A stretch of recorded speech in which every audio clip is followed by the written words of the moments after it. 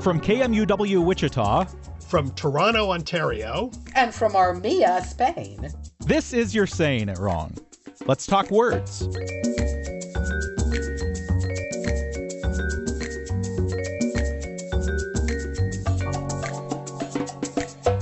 Let's talk a little bit of this, a little bit of that.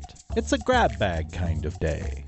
I'm Fletcher Powell, host and producer at KMUW in Wichita, Kansas.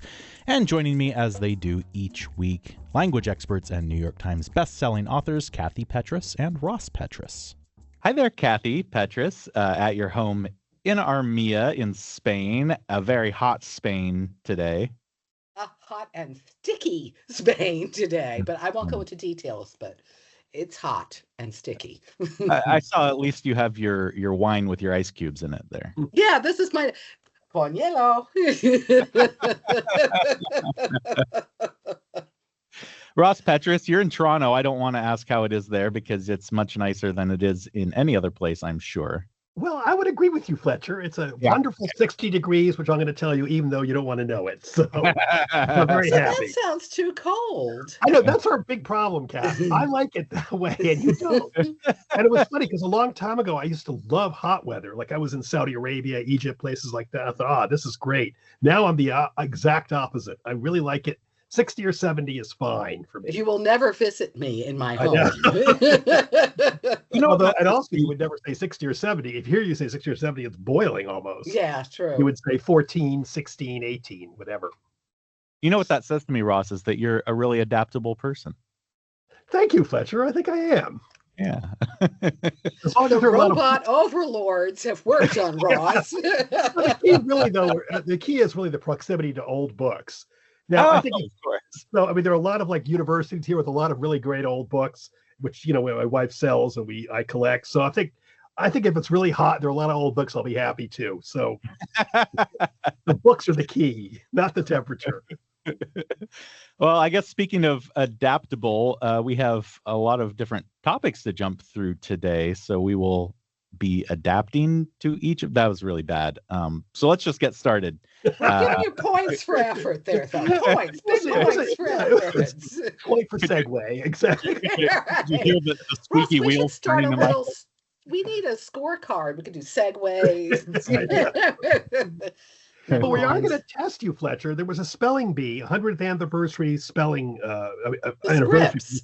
The Scripps spelling bee, 100th anniversary. I can't say 100th. I'm going anniversary a couple weeks ago, and we had to give you a pop quiz on some of these words. Sure. And there's a warning because some of them are pretty tough. Actually, there were a couple that we actually knew. We were very proud of ourselves. So we'll see if you can do them. So now, Ross, these were the final four. What we're going to ask. These were them? some of the finalists. I got confused. Yeah, me too. That's what I was hoping you knew. I don't want to get held on this. I picked these words, and then this morning I had a panic attack because I was looking at the Times and they mentioned different words. We're going to go with these some are of these five of the winning words from recent competitions. That's the problem. Yeah. Okay, so But we we're do leading have- up to the winner of this And- year. I am going to throw both. Kathy did not see it, so I'm going to throw both you and Kathy the final winning word. But Okay. we're going to start with. I don't know that I agree to this, Ross. Well, we will see. Okay, the first word, Fletcher. Kathy, you want to pronounce it? No. Neither I know do my I. limitations. Okay, the word is appoggiatura. No. Can we Next get word. It's a definition grace or not? note performed between a note of the melody and falling on the beat. Appoggiatura. Oh, okay. Sure. Appoggiatura. Okay. And it's appoggiatura. Oh, you're just spelling it for me. I That's good. thought you were letting him do it. Oh, I thought he said no. He gave up, Kathy. He gave up. I did. That's true. Here's I wouldn't have doubled the P and I wouldn't have doubled the G, and I probably wouldn't have had IA. You said IATURA. Yes. Correct. Yeah, I Appoggiatura. probably would have just had an I, Appoggiatura. but I would have gotten a little closer than I expected at first till you gave me the definition. But once I knew it was a musical thing, I got a little closer. Mm-hmm. Anyway, I would have absolutely, biffed it, but You bet. I would have too. So yeah. I don't know. If you know you're Italian, you might have guessed it, I think. I do not know my Italian. We got to work on this, Fletcher. Fletcher, we will work on it. I'm trying to do it. That was awful. I know, I can't do any accents. Okay, insouciant. That was one of the winning words? It was one of the words from in the past years. Yeah. No, these are recent competition winning words. Okay. Oh, okay. Insouciant. Well, I may miss a little bit of this, but I think it's INSOUCIENT. Oof. No. Is it A-N-T? Yes. Yes. Okay. Or should I say we? Because that was the French part. That was the part I thought I might miss. Yeah.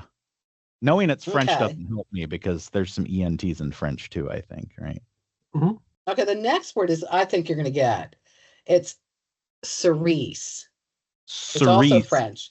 Like meaning a bright or deep red color. I almost spelled it for you. Yes, I think this is just CERISE. Yes. Correct. Yes. Got it. Good. The next word is an interesting one because, well, let's go. Let's abseil. Oh, abseil. Oh, okay. To There's descend a vertical surface, such as a rock face or cliff. Yeah, there's something weird here. I don't know. You're just going to have to tell me because I know there's something real tricky in this one. Abseil. How do you spell abseil?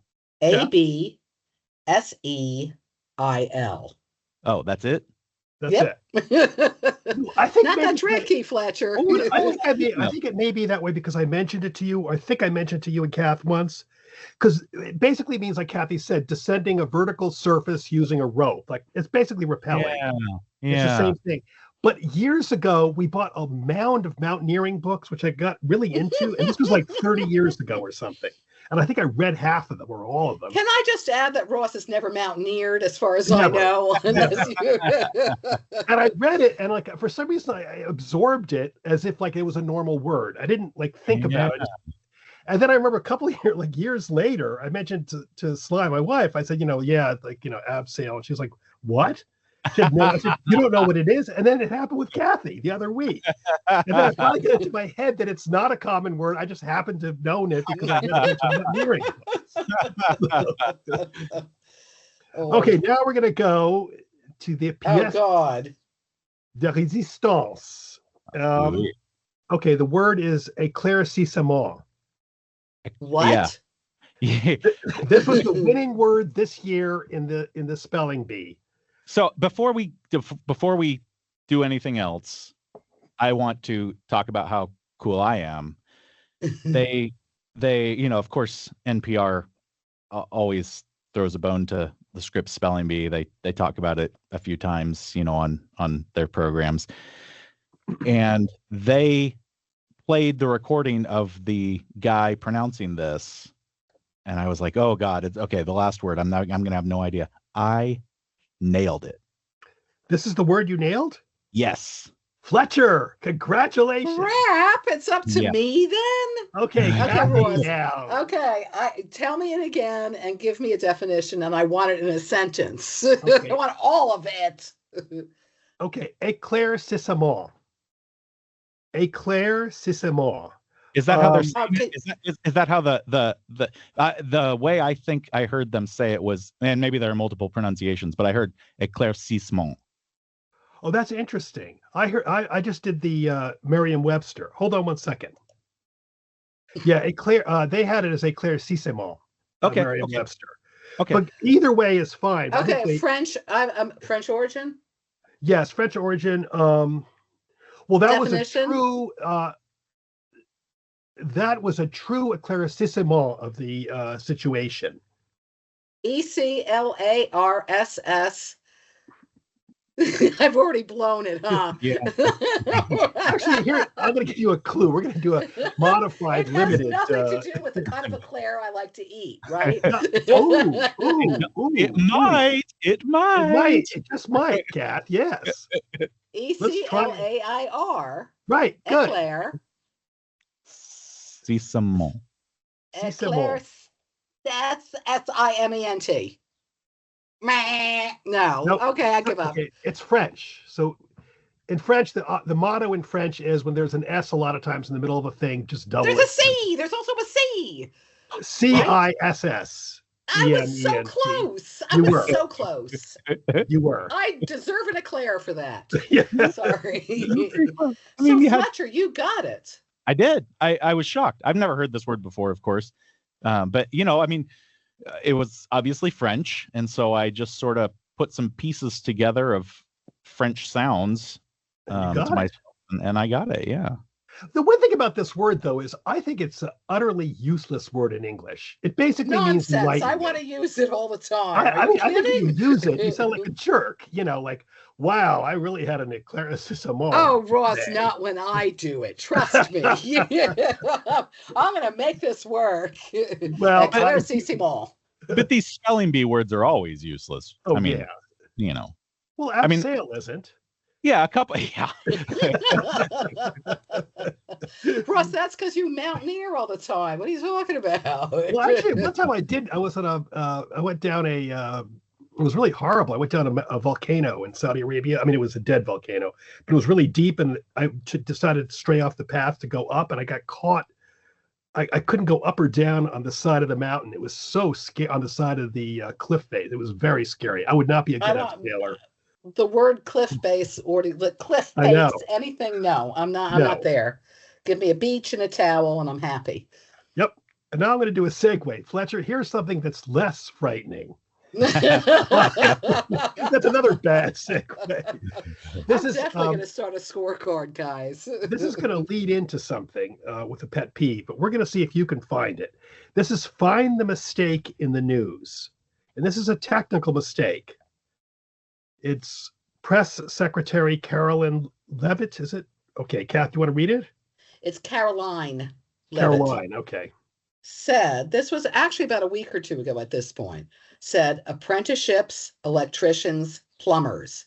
We need more of those in our country and less LGBTQ graduate majors from a Harvard University. And that's what this administration's position is. Fletcher, find the error. She said less when she could have said fewer. You got it. So we go back to the whole thought. It's like fewer is usually used when a number can be counted. Fewer things, fewer pieces of paper on my desk. I have less is when it can be measured. Less time, less trouble, less wherewithal. Less water. But how about this? You would say, I have less water, but you would say, I have fewer water droplets. Correct. Yes, technically. That's actually a very nice little thing. Little description there. Now, the real question, though, is, I mean, I wince when I hear less and fewer misused, but there have been a lot of linguists weighing in on this, and Merriam-Webster has a long piece on it as well. And this whole distinction between countable and uncountable, less versus fewer, came from one book written in 1770 by a man named Robert Baker. And as you guys were talking, I just got the name of the book. And it was Reflections on the English Language in the Nature of Valglas's Remarks on the French, being a detection of many improper expressions used in conversation, and of many others to be found in authors, to which is prefixed a discourse addressed to His Majesty. That's a long title. I was going to say, we're supposed to take that guy seriously? Yeah, no, that's what I was going to say. If I could interject, it's like, sorry, Bob, but you already lost me. I think he should have used fewer words in his. Less words, Ross. But here's the relevant passage, and this little passage here is what created this less and fewer all along the rest of history. This was number XLVII, which is 47, rule number 47, and it was less. Less. This word is most commonly used in speaking of a number, where I think fewer would do better. No fewer than 100 appears to me not only more elegant than no less than 100, but more strictly proper. That's it. Wow. But I don't get, how does he know more strictly proper? I mean, you know what I mean? No, I agree with you. And there have been cases of both being used, quote unquote, incorrectly over the centuries. But this began, and Catherine and I have talked about it before. You had this movement as the middle class got bigger, larger and larger. You had a movement where people wanted to speak like the gentry, even though the gentry may not be speaking like that. And these books became canonical. And that became canonical. It fascinates me that it lasted so long, because I mean, this really was like an aspiring middle class, ultimately, if you're going to put it that way. So you've got an aspiring middle class ends up changing these many years later, views on English usage. Yep. And I'm guilty. I hear the difference, and I wince when I hear, less than 10 people came to the movies, or whatever. Oh yeah. Well, so what do you think how bothered do you think we should be by it now? I admit that it does bother me a lot. I don't correct people, but it sets me on edge when I hear it, for sure. I'm actually trying to not mind, but I'm with you guys. Actually, it does. That little like spidey sense goes when I hear it. It does. So I don't know. Hey guys, I just saw something as I was just looking at the spelling bee thing we just talked about. Just quickly, wait a minute. Let me find it again now. I just saw a mistake in the Times. Okay, we had the Times article that came out on the spelling bee. Can we do a quick find the mistake? Yes, of course. Okay. This is talking about the spelling bee. Okay, the competition almost ended in the 8th round. The field shrunk by half in the 7th round. Shrank. I know. This is the New York Times. But we said this the other week when we were talking about strong verbs and like your shrinks and your shranks and your snicks and your snucks. We're losing. I quit. It shrunk. Wow. I disagree, but it shrunk. But I'm wondering if that's the same thing what's going to happen eventually with, I think it probably will, with less versus fewer. Although, the three of us all prefer the quote unquote correct usage. I think that's still an ongoing battle. I think if I saw shrunk while I was reading, I may or may not even notice. I probably would, but it's more likely I would just move on past it. If I saw less when they meant fewer, I would definitely notice it. Yeah. I do want to say the question comes from Drew. We should also mention, speaking of Drew and his pet peeve, that we want more. We're getting a lot of them, actually. Yeah, we are. Yeah. And they're fun. The thing that gets me, though, is I don't know about both of you, but I'm noticing a lot of them are definitely ones that A, I've seen before, and B, I totally agree with. I have not found one yet that I can go, relax, Really? I'm finding myself about 50-50 on most of them. Really? Yeah. What about you? I've got a real problem intellectually. This is really a lot of looking at how language works. I have to say I'm theoretically very liberal in the sense of like, this is, these language changes, we have to accept changes.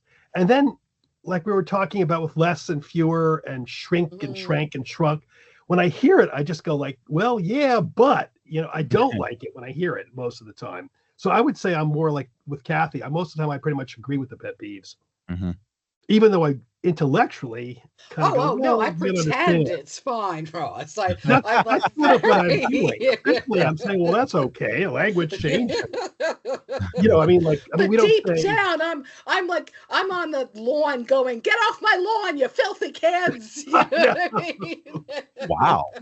That's really tough. Their lawn. Kids are filthy now. My goodness. Very, it's hot here, Fletcher. It's hot. Yeah. But I really do. I really get bothered a lot of times when I hear less and all of like less than 10 people. It really bothers me, but I don't think it's correct to correct it. And I think it's going to be changing so much that it won't matter in a couple of years anyway. No. So we should just all relax. Yeah, I suppose we should just all relax. It's going to take me maybe the rest of my life to relax on that one. But you can keep trying. I do want to thank you, Drew, for sending that in, and thanks for recording your voice. That's always fun to hear from you out there because, heck, this is radio, right? Is it? Yes. Yeah. But send more in, people. We love them. They're fun, and we're with you in spirit. So email, voice message, whatever. And segue time from Kathy now. Speaking of emails, that was pretty bad. That was a given. Yeah. Well, yeah, we got this one from Tim in NYC, my old town. It's not a pet peeve, but we liked this. He wrote, "It might be fun to have an episode about fanciful words like bodacious, copacetic, and cromulent. Each has its own story, but there might be a wider discussion about the social histories of neologisms, etc., etc." So we said, okay, Tim, that email was copacetic, baby. So let's go. Ross. So do you know, Fletcher, do you know the meaning of copacetic? Yeah, it's all cool. It's all good. Yep. Do you have any idea of the origin? No, I assume everything like that is surfer slang. So. Well, I never thought of that. It does sound like surfer sang. Surfer sang. Surfer easy for you to say. I'm not doing copacetically with my speech. Hey, you have any idea then, given if you think surf slang, when do you think roughly, decade-wise, do you think it started entering? Copacetic actually seems earlier than surfer slang would be. I mean, like anywhere between the 1920s and 1950s. Okay. Well, you're very close. The first written record of this comes from 1919 in a book, The Man for the Ages, a novel about a young Abraham Lincoln. And in the book, there's a woman, a sort of idiosyncratic character, Mrs. Lukens, who used two words. She had peculiar words. For a long time, the word corallupus had been a prized possession. The other word in her lexicon, which was in the nature of a jewel to be used only on special occasions, it was the word copacetic. Corallapus? I don't know. How would you? That one. I think you're right. Corallapus sounds more likely. Corallapus. See, now I use copacetic constantly. It's like one of my major words. I mean, in my lexicon of things are good. I'm looking up. Do you know when it really took off in usage? Well, Bojangles probably was the bigger. Okay. And the one guess is it could be African American vernacular. It could have been from the South, and it could have migrated. There are a lot of theories about it. I mean, there could have been. Some people say it's a Chinook word. Some people say it's a Hebrew word. Some people say it's French word, copacetique or whatever. None of those seem to make much sense. Bojangles was the person who definitely popularized it. I mean, you know him, the tap dancer, Bill Bojangles Robinson. Oh, yeah, Ethel Waters, I'm looking too. Ethel Waters used it in 1921. Yeah, Yeah. I think that the author probably, heard the word and. Yeah. Although corallupus I like. That one sounds like he made it up right then and there. I was looking it up and I cannot find any of everything is saying that was the only time it was ever used. I just did too, Kathy. I did the same thing and nothing at all at corallupus. But I think it's probably that's probably the origin of it. The one interesting thing was just today we got an email. Did you see it, Kathy? Which was baby boomer words. No. Baby boomer words that you may or may not know. And copacetic was listed there. See, that's where I got it from when I was a kid, smoking pot and stuff. And you go, oh, whoa, this is copacetic, And I wonder if it actually was repopularized in the 60s and 70s in that sense. Yeah. I don't know, but I'm guessing, yeah. Well, I think that like so many, especially African American, there's so many slang words or widely used words that came from African American English, AAE, and copacetic. In spite of all these people saying it came from like the Creole or the Chinook, no, I don't think so. Did you read this one? Hoodlum slang origin. contrived from the phrase, the cop is on the settee. That is, he's not paying attention. Now, that is a horrible, ridiculous word origin idea. The cop is on the is on the settee. Oh, heavens. No, I don't think so. But it intrigues me. The cop is on the settee. How often do you use settee, for that matter? I know, that's the whole point. I know. Okay, the next one is a similar, to me, bodacious.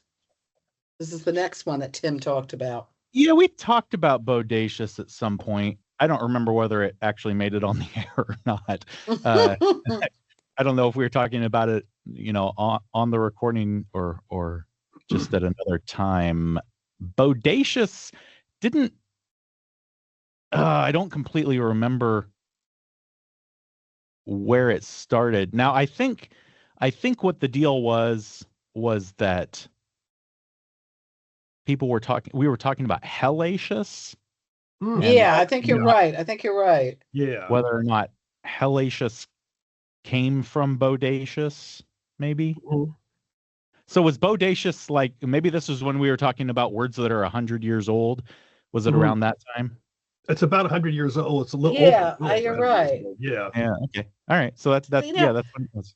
Interestingly, though, now the initial usage of bodacious meant complete or thorough. In terms of the bodacious, like, whoa, fabulous, bodacious times, that didn't really begin until the 70s. Yeah. Mm-hmm. So you really have, like, the initial bodacious is really not our current bodacious. Mm-hmm. Because you don't use, like, what? Go on. No, we've also talked about that with how words, we think the word has this meaning and it changes completely. Yeah, that's interesting. Yeah. Because I'm looking right now at the OED, and the slang bodacious now is in, like, whoa, doesn't start till the first printed is 76. Yeah, because the OED here has from 1845 a very early usage. She's but that's so the bodacious. Different one. No, I'm saying that you're right. So bodacious, unreasonable when she's raised, which is completely, thoroughly unreasonable. So that's interesting. I would argue that bodacious, as we use it, we were saying, when did it start? The 1910s. I would say it really started in the 70s. Our bodacious. The original bodacious is a completely different word. And but they changed. But I mean, we do that. We always change meanings. Like online, meant you're on a line in a store, and now it means online in a, on a computer. So I mean, I think the word did come then, and then the meaning changed to some degree. And then the old meaning wafted away. And I think I said 100 years. I meant 200 years old. Oh, shoot. I don't do math. Math is not mine. Like, you didn't have to do that, Fletcher. I was like, yeah, right. No, he's right. Well, here's a word that I'm sure is far fewer than 100 or far less than 100. Good question, right? What would you say? I would say less in that case. Less.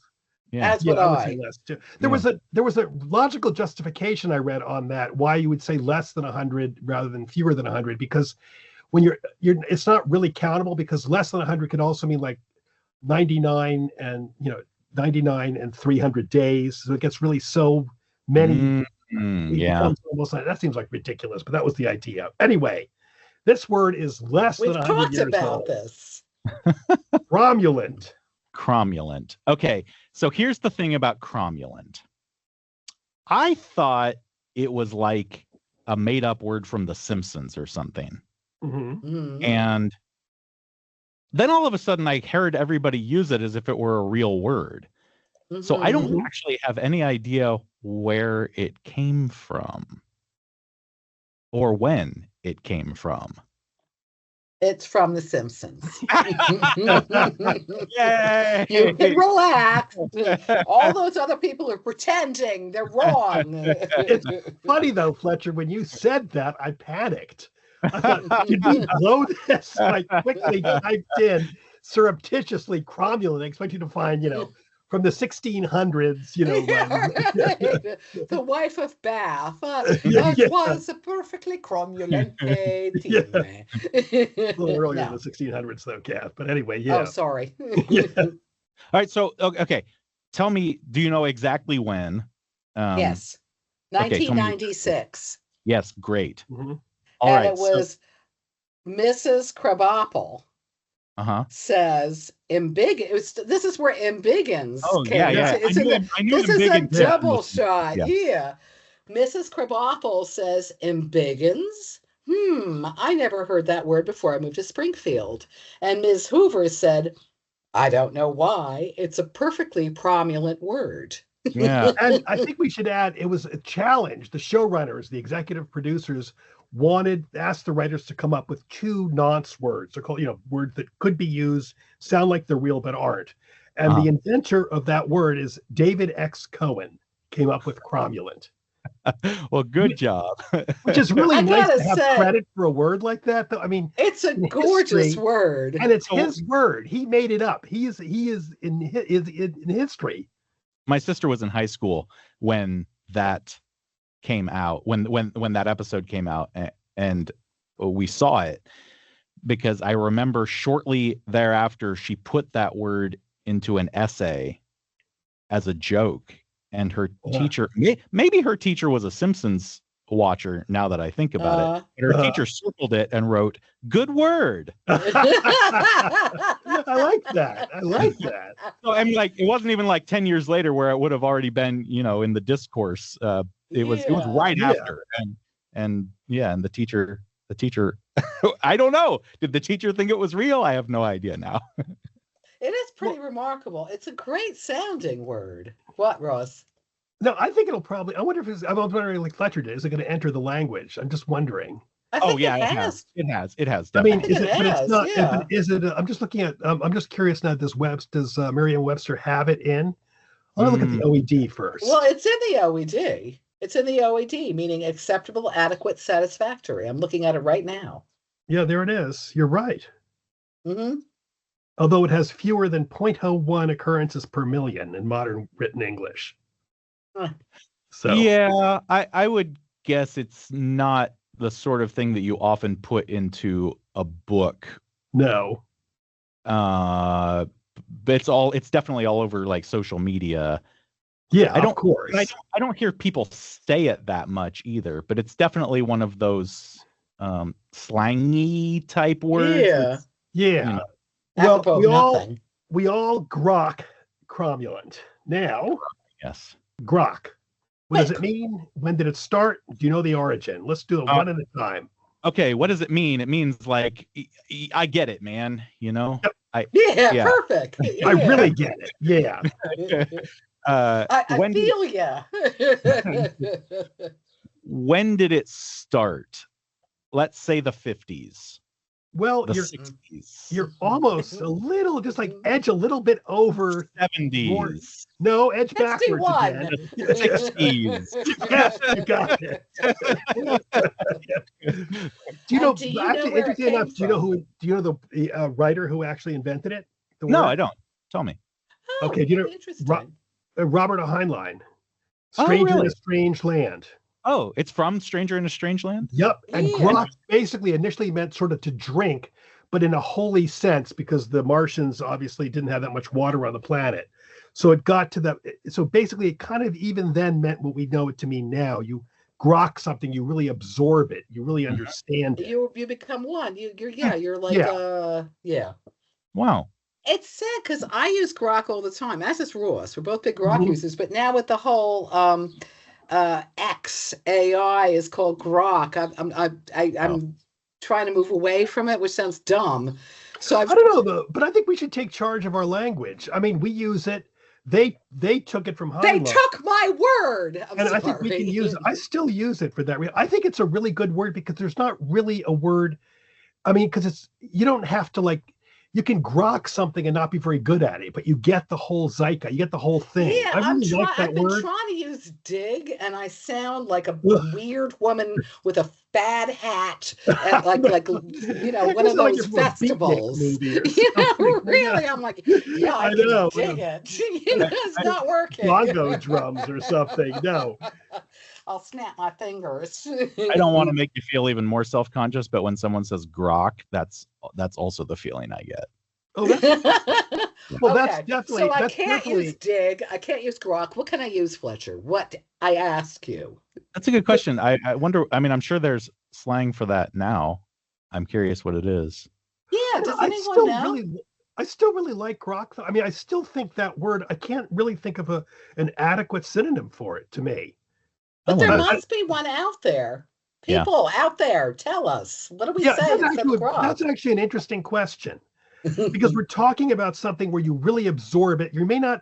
You get the spirit of it, the worldview you get in that sense. You're And dancing with the zeitgeist. and in that sense, if you can think of a word that adequately does that without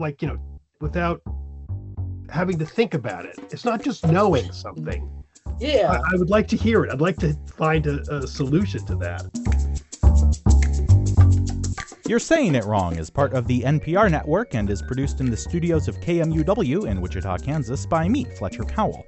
Kathy Petrus records from her home in Armia, Spain, Ross Petrus from his home in Toronto, Ontario in Canada. Torrin Anderson composed our theme music, and our digital team is Beth Golay and Carly Cooper. You can find all of our past episodes by subscribing to the You're Saying It Wrong podcast wherever you get your podcasts, or by visiting us at kmuw.org. If you have a question for Kathy and Ross, if you'd like to suggest a topic, or you just want to reach out, you can email me at powell@kmuw.org or email them at kandrpetrus@gmail.com. You can also email us a voice memo of you asking it your question. You might get your voice heard on air. If you'd like to do the same thing by downloading the KMUW app, you can do that and just click the Talk to Us button.